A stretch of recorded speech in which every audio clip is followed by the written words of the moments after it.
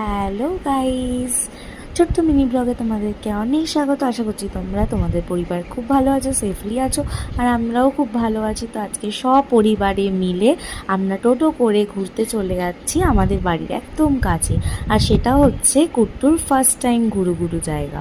তো এটা কোথায় যাচ্ছি, চলো সঙ্গে থাকো আর দেখতে থাকো। এখন কুট্টু আমার কোলে গুটু গুটু করে আমার সাথে ঘুমছুটি করতে করতে ভেতরে ঢুকছে। আর আমাদের বেলুড়ের ফেমাস জায়গা হচ্ছে বেলুড় মঠ, আর কুট্টুর জন্মের পরের ফার্স্ট টাইম এখানে আসা।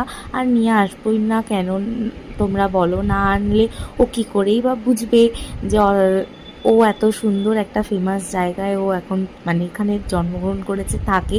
তো যাই হোক, জোকস অফ পার্ট। তো এখানে কুট্টুকে নিয়ে একটু ভিডিও করছিলাম। কুট্টুকে নিয়ে ভিডিও করা বা ফটো তোলা হচ্ছে ভীষণ যুদ্ধের একটা ব্যাপার, বিকজ ও ফটো তুলতে এত মানে মুডের ওপর ওর ডিপেন্ড করে, অতটা ফটো তুলতে ভালোবাসে না। তো যাই হোক, তারপরে বিকেল গড়িয়ে সন্ধে হয়ে গেল। আর সন্ধ্যের সময় বড় মন্দিরে অর্থাৎ রামকৃষ্ণদেবের মন্দিরে খুব সুন্দর আরতি হয়, সেটা সবাই জানো। তো তাই জন্য আমরা বসে পড়েছিলাম যে আরতি দেখার জন্য।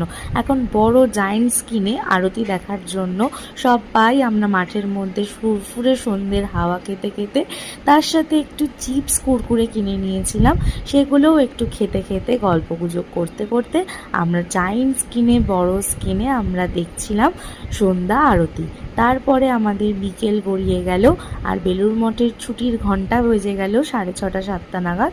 তো তারপরে আমরা বেরিয়ে পড়ছিলাম। আর এখানে বেলুড় মঠে না এত সুন্দর সুন্দর আম গাছ সারি সারি যে মনে হয় ধরেই একটা টপ করে পেরে নিই, কিন্তু সেটা তো উপায় নেই। তো যাই হোক, কুট্টুকে নিয়ে হাঁটি হাঁটি পা করে চলে যাচ্ছি বাড়ির পথে। আর কুট্টু এরকমভাবে মজা করতে ভীষণ ভালোবাসে।